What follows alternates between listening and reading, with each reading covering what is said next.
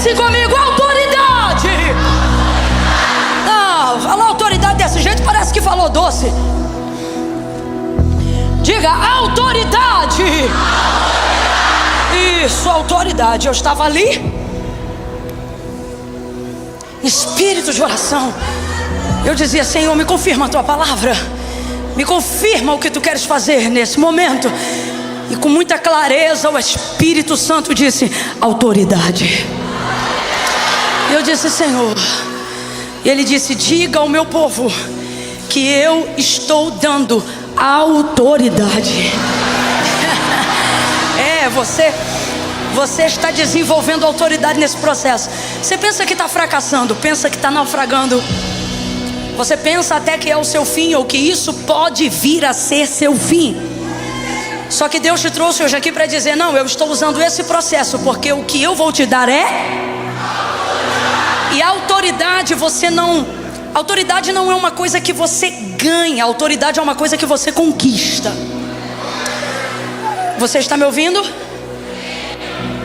Autoridade não é como um dom que você recebe porque pede, não.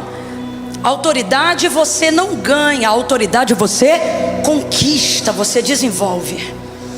E o que é autoridade? Direito de exercer poder. Isso é autoridade, direito de exercer poder.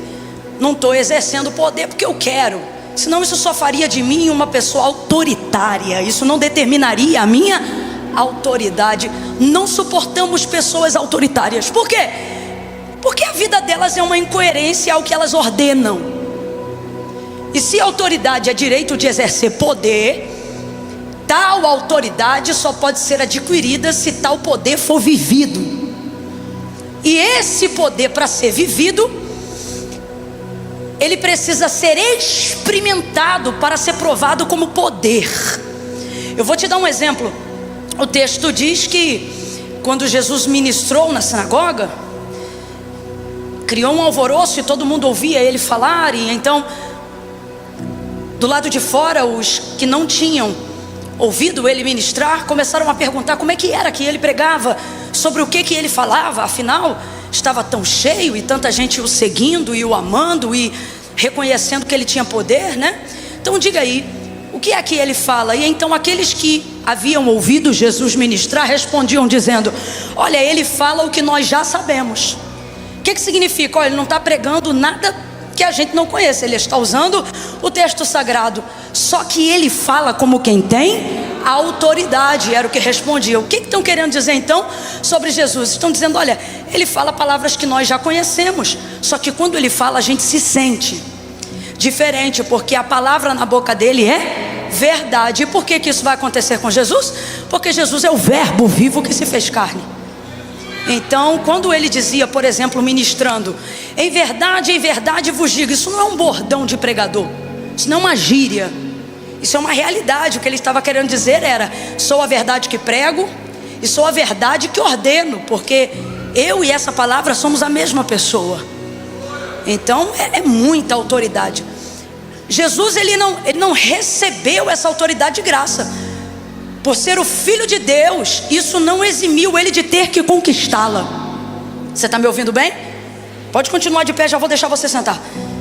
Ele não eximiu-se, ele não foi livre, ele também teve que conquistá-la. Se você observar um momento de assunção, ou seja, quando Jesus começa a subir depois do período de 40 dias andando sobre a terra pós-ressurreição. Presta atenção, quem está comigo diga amém.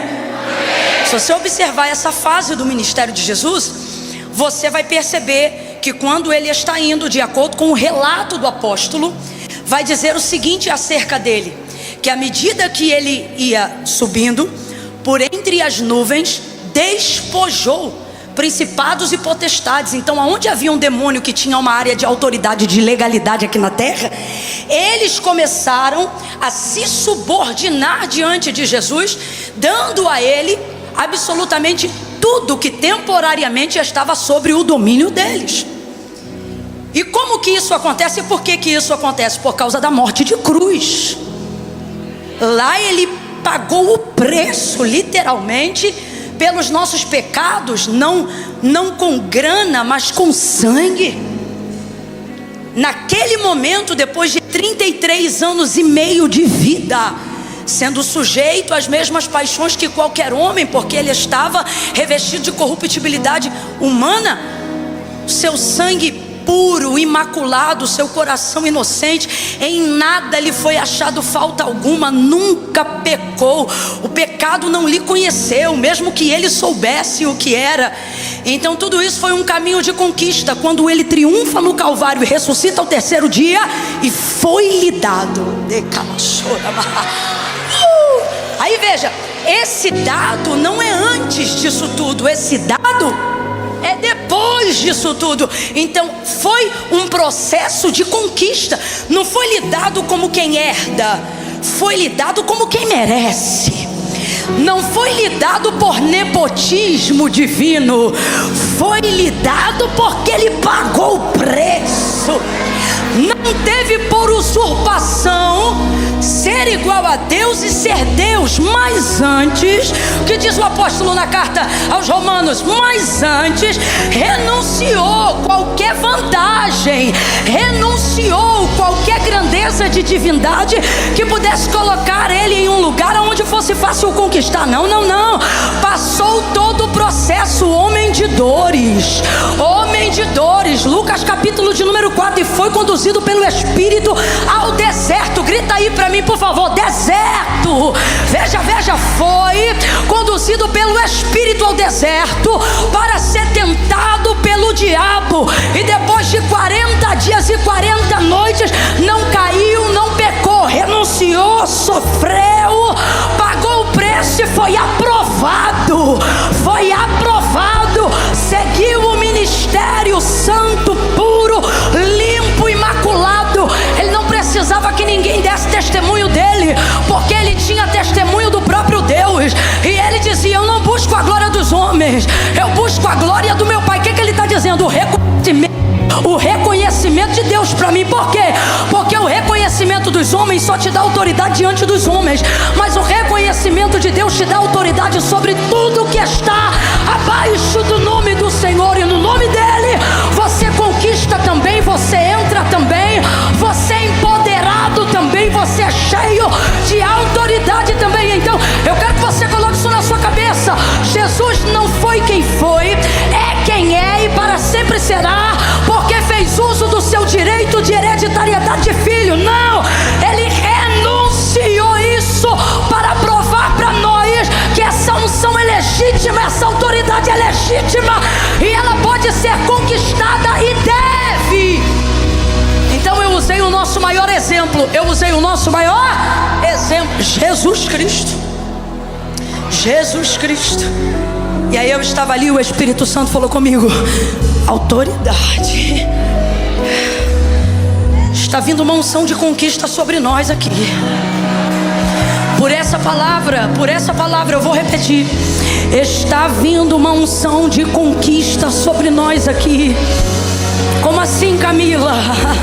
Ou você vai conquistar, você vai avançar, você vai romper. Ei, eu não organizei essas palavras em ordem para parecer bonitinha, não. Eu estou falando debaixo de uma autoridade profética que nos foi constituída por Deus para esta noite. Então eu vou repetir, não fique apático diante dessa palavra, mas demonstre que ela é para você.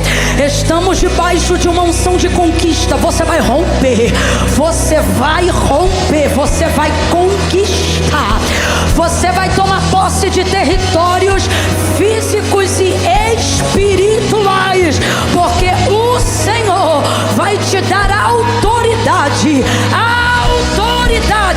à medida que você avança.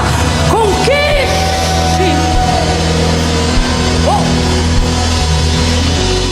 Vou contar de 1 a 3, você vai gritar pro vizinho aí: conquiste. Eu não contei até 3 ainda, e sem ansiedade Jesus te cura. No 3, é 1, é 2, é 3, diga. Conquiste. Senta repetindo: autoridade. Senta. Senta sussurrando, autoridade, autoridade, autoridade, autoridade.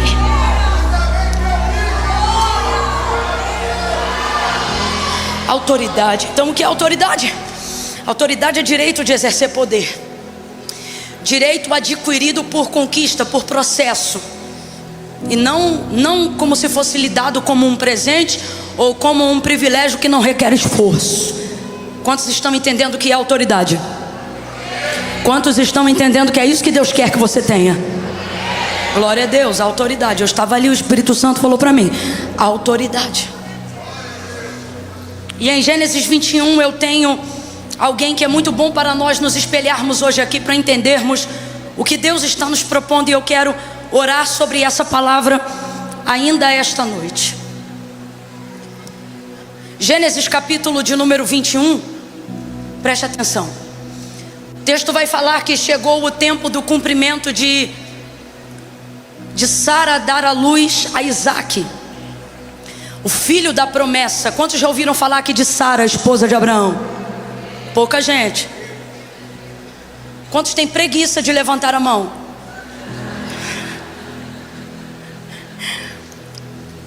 Então veja, Sara, esposa de Abraão, recebe uma promessa. Abraão recebeu essa promessa.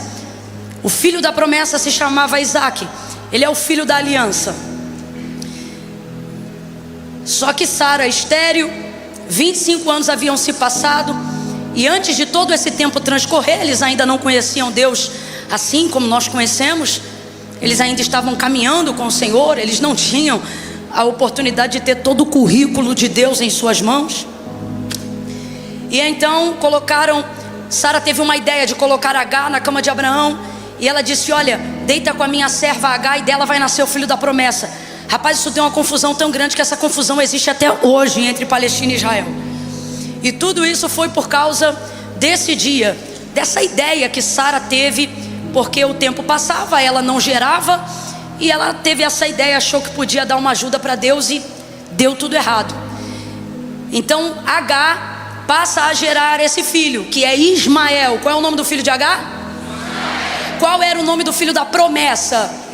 Isaque. Então Isaque era o filho de Sara, Ismael o filho de Agar, a serva, a egípcia. Desde que isso aconteceu, criou um ambiente familiar desastroso dentro da casa de Sara e de Abraão. E aí a gente vai perceber que os anos se passavam e esse ambiente não mudava. Em Gênesis 21 você vai ver que Sara agora já é uma mulher realizada.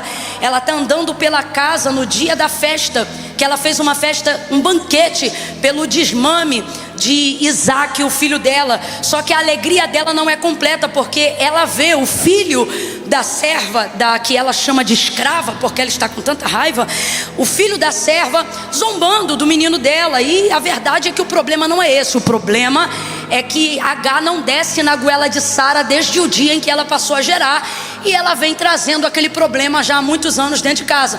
E aí quando chega nesse dia, a realização dela não é completa, porque a serva está lá junto com o menino, que é o filho que ela falou para a menina lá deitar com o marido dela. Resumo da história: aquele dia vai ter uma confusão, e Sara vai dizer: olha, deita fora esta escrava e o filho desta escrava, porque o filho dela não vai herdar com o meu filho Isaque. Aí o coração de Abraão fica pesado, e ele pensa: como é que eu vou botar agora fora esse menino? Eu imagino o coração dele pesado dessa maneira, porque por mais que Isaque fosse o filho da promessa, veio de Ismael o primeiro sentimento de paternidade. A primeira pessoa que disse para Abraão pai não foi Isaque, foi Ismael. Então como é que se rompe isso dessa maneira? O coração dele fica muito pesado, e aí a voz de Deus se manifesta a Abraão. E aí o Senhor vai dizer para Abraão: Abraão, não temas fazer o que Sara, tua mulher, te diz, mas em tudo que ela falou, faz. Ou seja, coloca Agar e o menino para fora. E aí o Abraão vai pegar e vai colocar Agar e o filho dele para fora. Vai dar apenas um odre de água e um pouco de pão. E essa mulher vai sair de madrugada naquela mesma noite. Só que ela não foi fugida. A primeira vez que ela fugiu, Deus mandou ela voltar. Só que dessa vez ela está saindo pela porta da frente. Está muito humilhada, mas está saindo pela porta da frente. Dessa vez ela não está fugindo, ela está sendo despedida. Então assim, o cenário parece desastroso, mas na verdade, na condição dela, que era uma serva, como você vê, Sara, na hora que está com raiva, chama ela de escrava. Então, na condição dela, a única maneira de se tornar livre não era fugindo, era se de fato ela fosse o quê? Despedida, mandada embora, alforriada. E foi o que ela conseguiu, e conseguiu isso com o seu filho, apesar desse filho ser filho de Abraão, mesmo não sendo reconhecido pela esposa dele, a Sara. Sai essa mulher numa condição, irmãos, precária, numa condição difícil. Todas as vezes que eu passo os olhos rapidamente por cima desse texto, eu lembro dos dias de hoje e eu penso, rapaz, se isso fosse para a vara de família, Abraão rico do jeito que ele era, ele estava no sanhaço. Porque como é que ele despede na condição que ele tinha uma mulher, sem uma carroça, sem um cavalo, sem um servo, sem um nada, dá para ela só um pouco de água, um pedaço de pão e manda ele embora. E vai-se embora. Então essa mulher sai no meio da noite, sozinha, no meio de um breu, e começa a caminhar sem direção. Na verdade, Agar está vivendo o maior momento de libertação da sua vida, porque aparentemente quando ela sabia para onde ia e podia ir para qualquer lugar, a verdade é que no final ela nunca estava indo para lugar nenhum. Ela estava sempre sendo obrigada a acompanhar alguém, porque ela era uma escrava e estava presa à família de Abraão. Agora hoje, nesse dia que ela vai embora, ela está no pior cenário por um lado, mas no melhor cenário por outro. Você tem que entender que existem coisas das quais Deus permite que sejam usadas contra nós, e aparentemente por um momento parece que aquele é o pior cenário da nossa vida, mas é a única maneira de Deus promover a liberdade que de outra forma jamais seria conquistada. Se isso não acontecesse com Agar, ela ia ser rica, mas ainda ia ser escrava. Ela ia ter empregada, mas ainda ia ser escrava. Ela ia estar morando numa tenda maravilhosa, mas ainda ia ser escrava. Então não era o que ela tinha, era quem ela era. E ela nunca podia ser, mesmo que tivesse tudo que a casa de Abraão pudesse dar para ela. E por que não podia? Porque nada do que ela tivesse mudaria uma condição. Qual? Para sempre ela seria escrava. Só que neste dia ela sai sem nada, mas sai com tudo. Eu não sei para quem, mas talvez você esteja num cenário hoje aonde você diz: Camila, autoridade para quem? Eu não tenho nada. E Deus está dizendo: você não tem autoridade sobre o que você tem, se primeiro não tiver autoridade sobre quem você é.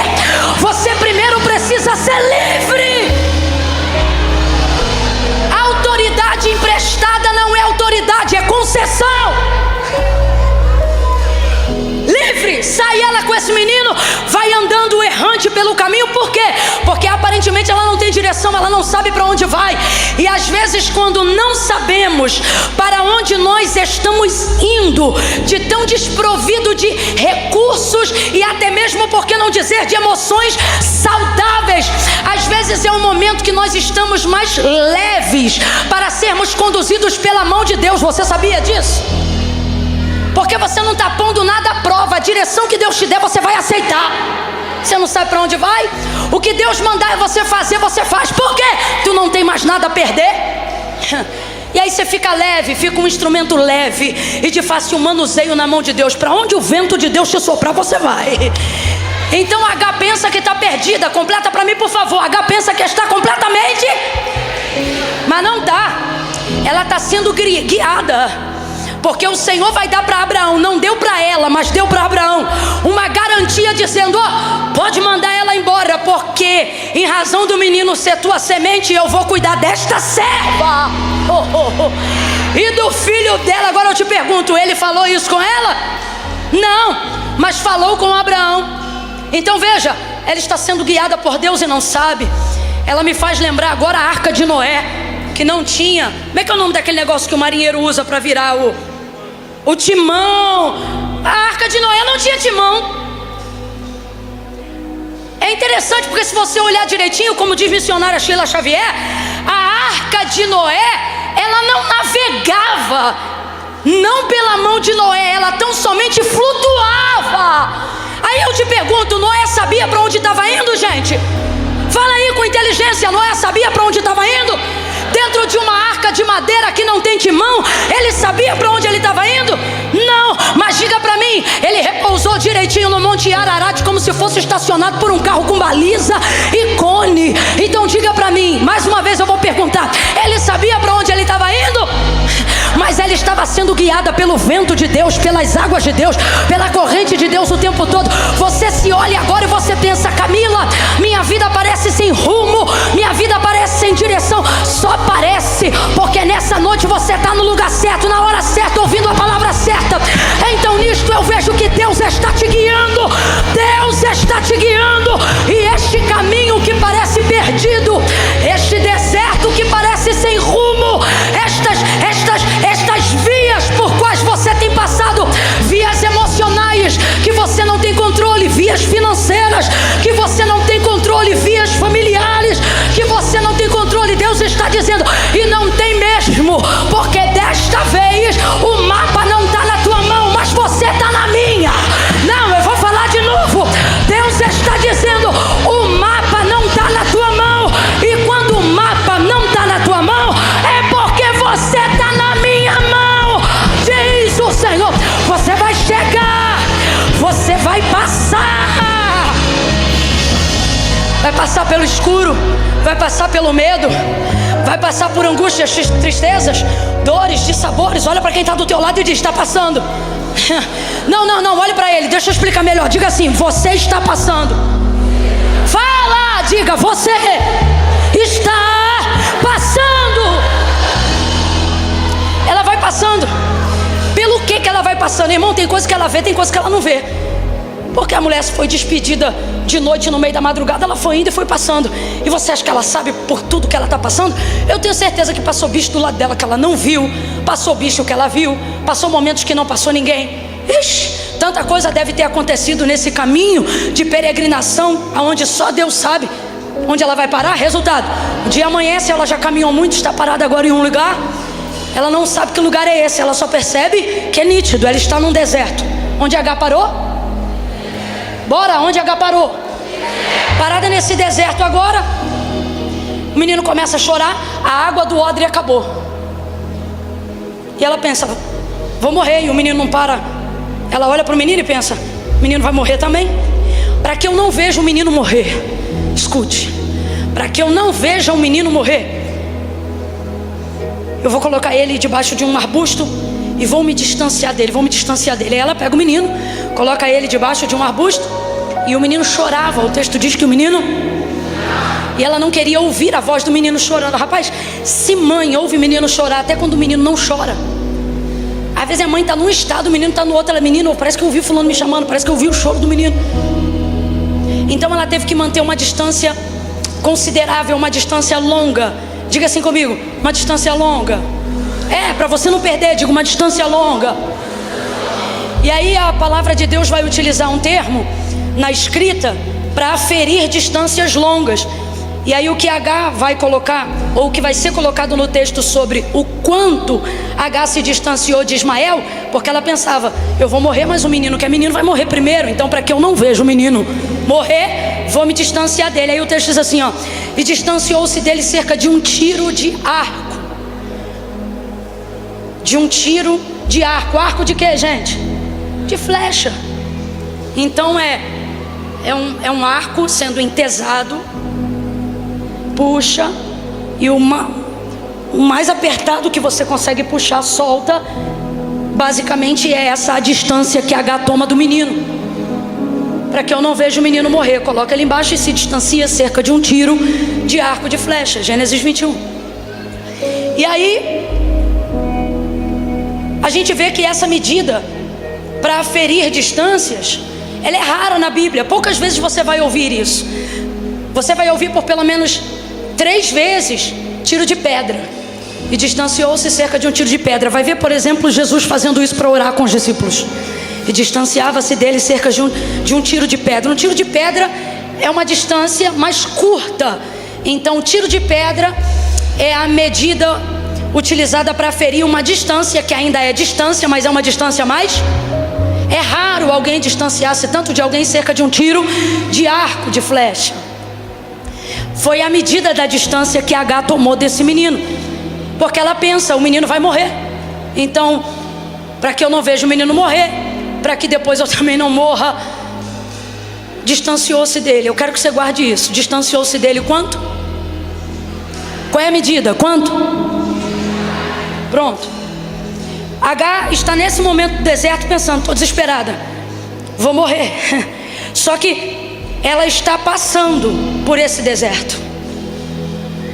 E quando você está passando, por mais que você esteja passando, o fato de ser um deserto, o fato de carregar consigo aqui atrás uma história de abandono, de rejeição, você desenvolve a certeza de que vai morrer. Só que Agar não morre nem o menino. Aí o versículo 20 do capítulo 21 vai encerrar esse momento que eu estou pregando para vocês, dizendo assim: olha, Deus estava com o rapaz que cresceu e habitando no deserto. Ele se tornou o que, gente?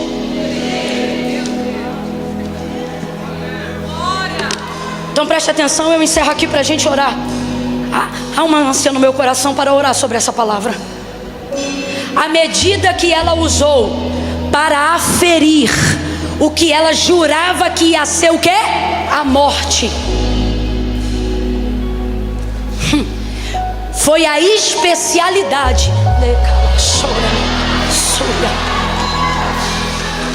Eu quero que você diga isso comigo agora. Diga: especialidade. Agora você vai ministrar sobre você mesmo. Diga: especialista. Profetize essa palavra. Diga: eu não vou morrer. Diga: eu não vou morrer. Eu vou me tornar especialista na área que foi medida para me matar. Diga de novo: eu não vou morrer. Eu estou te dando uma chance de saltar uma cova hoje, pelo poder da palavra. Então quando eu te pedir para repetir, não fique pensando, repita. Abra a boca e diga: eu não vou morrer. Diga: eu não vou morrer. Eu vou me tornar especialista daquilo que queria me matar. Quando a depressão não te mata, Deus usa você para matar a depressão na vida das pessoas. Quando doenças em estágio terminal não mata você, Deus usa você para animar quem estava na beira de um abismo. Quando a traição que tentou acabar com o teu casamento, ela não acaba com você, Deus te usa para acabar com o divórcio em casamentos que estavam prestes a se deteriorar. Deus está dizendo: ei, se você está aqui é porque ainda não morreu. E se você não morreu, é porque ainda dá para você superar. Quem tem ouvidos, ouça o que o Espírito diz a esta igreja nesta noite. Porque assim diz o Senhor: nada que te matou, nada que tentou te matar, nada disso teve o poder de te parar. E agora você vai dar uma resposta. E qual é a resposta? Tudo que não me mata me fortalece. Agora eu vou superar. Agora eu vou superar. Oracandalaia. Pega na mão desse crente. Não pede licença não. Pega na mão desse crente e diga pra ele: nesse deserto você não morre, você passa e cresce. Você vai superar tudo que veio pra te matar, tudo que veio pra te destruir. Dá um salto dessa cadeira, porque eu vou orar pelos flecheiros do Senhor nessa noite. Dá teu grito de vitória. Oh glória, eu estou vivo. Veja, me ouça com atenção para que possamos orar debaixo dessa palavra. Me ouça.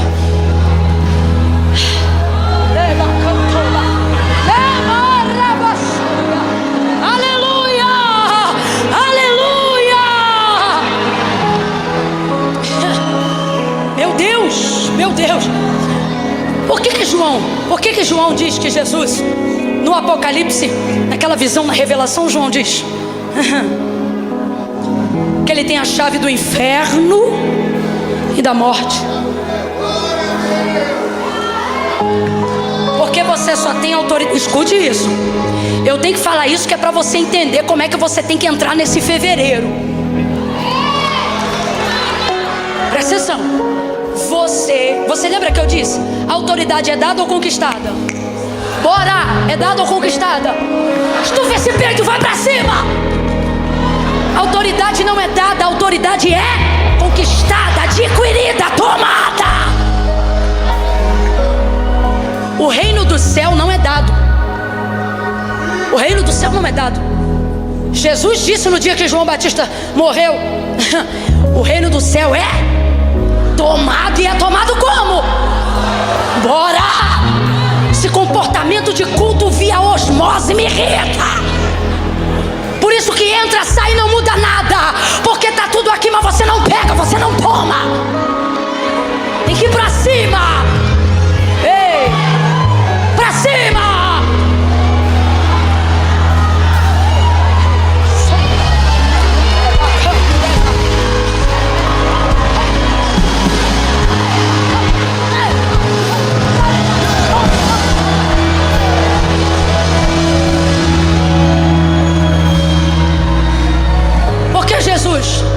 Porque Jesus desdenha da morte, no sentido de para ele quem morre é como quem dorme, porque para ele a morte e o sono é a mesma coisa. Quem está me ouvindo aí, diga amém. O que dá a ele autoridade para esse comportamento? Ora, era sexta-feira e nesse dia ele morreu. Quem lembra aí que Jesus morreu? Lembra não? Morreu mesmo. Morreu. Sexta-feira Jesus morreu. Sábado, morto. Domingo de manhã bem cedinho,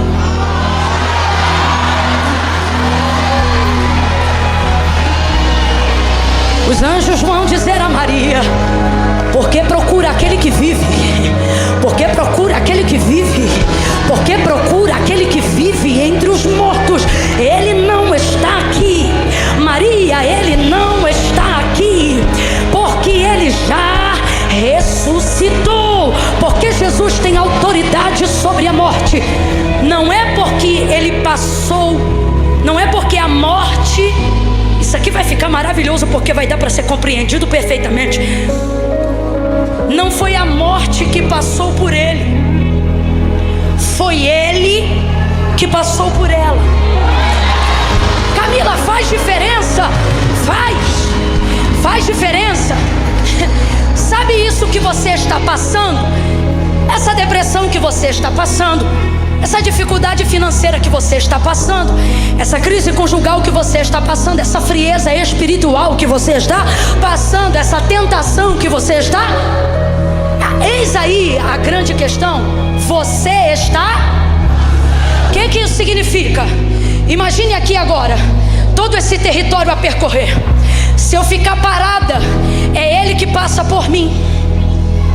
Mas se eu atravessar e não parar de caminhar, sou eu que estou passando por Ele. E no mundo espiritual eu estou dizendo: você não passa por mim, sou eu que passo por você.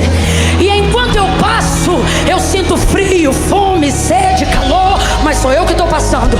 Enquanto eu passo, eu sou moído, envergonhado, humilhado, mas sou eu que estou passando. Jesus na sexta-feira é moído, cuspido, caluniado, mas é Ele que está passando. No sábado, há trevas sobre a terra, os discípulos estão com medo e Ele está passando. Ele está passando. Ele está entendendo? Pare de achar que esse deserto vai te matar. Deus está dizendo: Ele não passa por você, é você que passa por Ele. Passa por Ele, passa por Ele. Atravesse esse câncer, atravesse essa quimioterapia, atravesse esse abandono, atravesse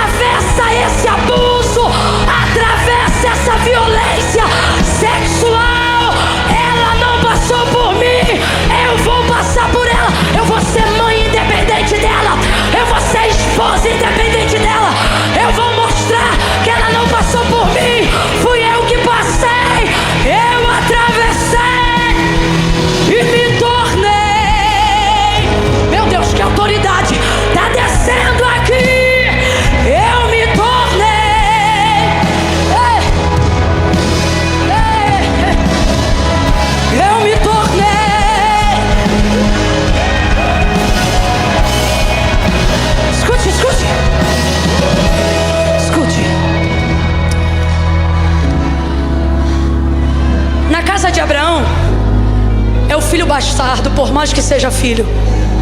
Na casa de Abraão, é a escrava, por mais que more numa excelente tenda.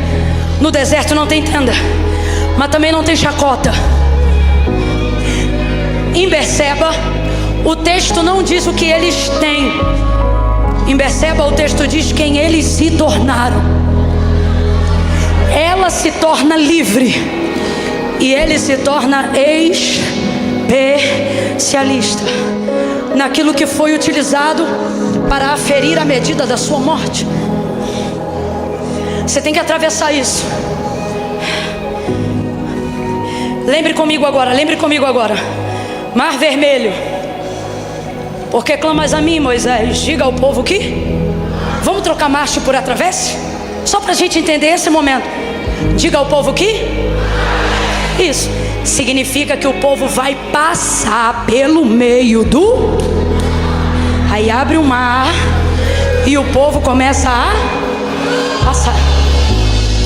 Quando o último hebreu aponta do outro lado, o que vai acontecer com o mar? Mas quem vai estar passando? Os egípcios, Faraó, seus carros, cavalos e cavaleiros perseguindo o povo de Deus. O povo de Deus passa pelo mar, mas o mar passa pelos egípcios. Quando eles entram, o mar se fecha. Deus está dizendo, você não está entendendo não? Que eu estou abrindo o caminho no meio dessa luta. Você não recebe a autoridade pelo que passa por você, pelo que se passou. Eu já passei por isso. Passou por isso e fez o que com isso? Guarda uma mágoa. Então foi isso que passou por você. Isso aí eu já passei por isso também, Camila. Passou por isso? E o que você fez em cima disso? Isso aí é um trauma que eu tenho até hoje. Então foi isso que passou por você. Agora,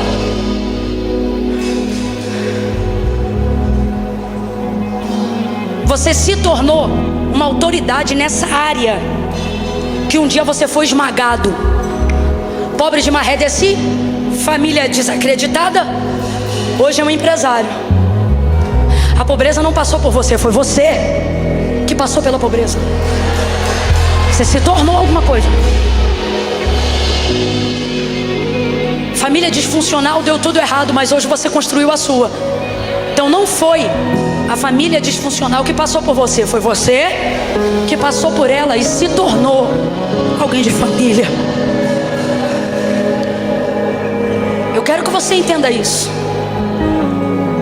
Você tem que sair daqui hoje dizendo: estou passando pelo que eu estou passando, não é para eu morrer, é para eu ter autoridade. Porque quando eu falar disso aqui, vai ter manifestação de poder. Porque eu não estou falando do que eu ouvi, eu estou falando do que eu venci. Eu quero orar por você que está passando por uma situação que até o dia de hoje você pensou: eu não vou aguentar. Só que Deus te trouxe hoje aqui para dizer: você vai passar.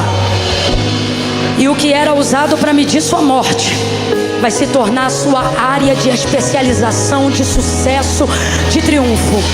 Se tem alguém aqui assim, levante a mão agora.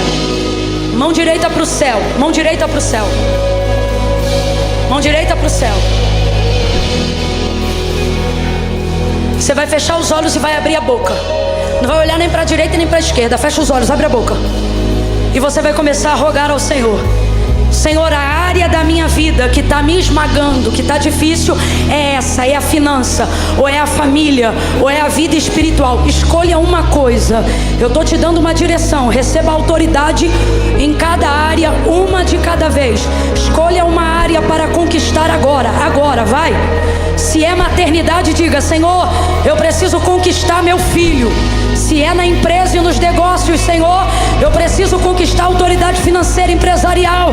Me dá governo na área dos negócios. Se é espiritual, Senhor, eu preciso vencer minhas batalhas espirituais, minhas batalhas. Apresente uma coisa. Eu estou dando aqui opções, mas eu quero que você pegue aquela que está te desafiando, a que faz você pensar em desistir.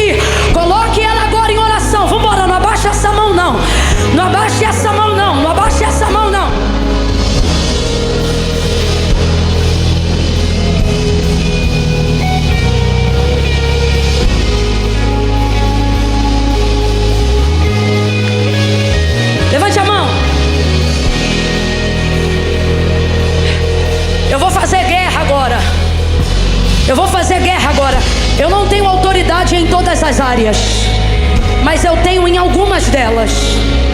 E se tem uma coisa que Deus me deu autoridade, é para vencer algumas batalhas espirituais. Então eu vou pedir algo agora. Você vai tentar manter um nível como esse que você está batendo agora, mas sem prato e mais tambores. Eu vou elevar minha voz, mas você não eleva a bateria. Você vai manter esse nível. Levanta a mão. Ah, Camila, vou ficar sentado aqui recebendo. Desculpa, eu não vim guerrear por você. Eu vou orar agora por aqueles que querem conquistar. Camila, eu não quero que ninguém vá por mim, não. Eu só quero que Deus me capacite para que eu vá. Eu quero que Deus me dê graça para que eu passe por isso, sem murmurar, sem pecar, sem me desviar. Levante essa mão, apresenta para Ele. Se é finança, se é espiritual, vambora, vai.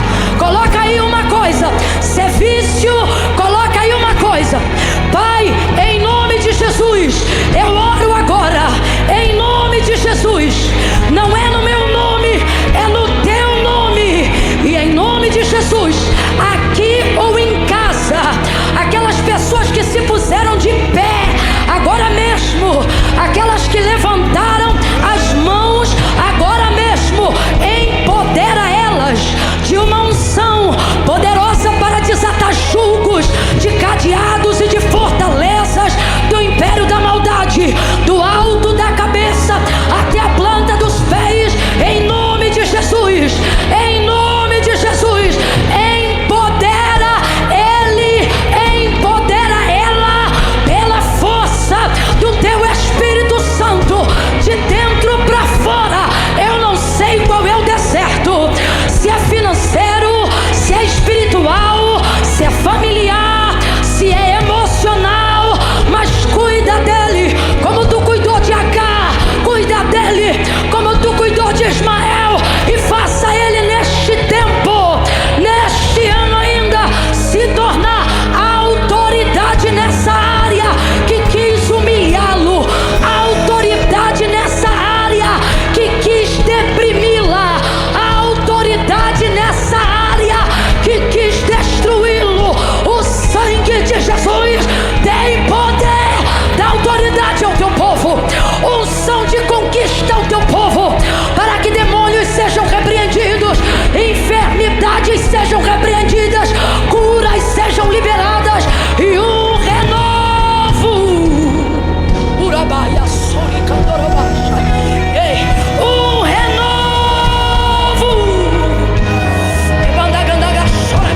Renovo espiritual. Faz o teu povo nessa noite, ainda antes do culto acabar, ter uma posição de soldado, de valente, de guerreiro, de flecheiro. Gente que acerta o alvo, gente que não desiste, gente que não morre, gente que se torna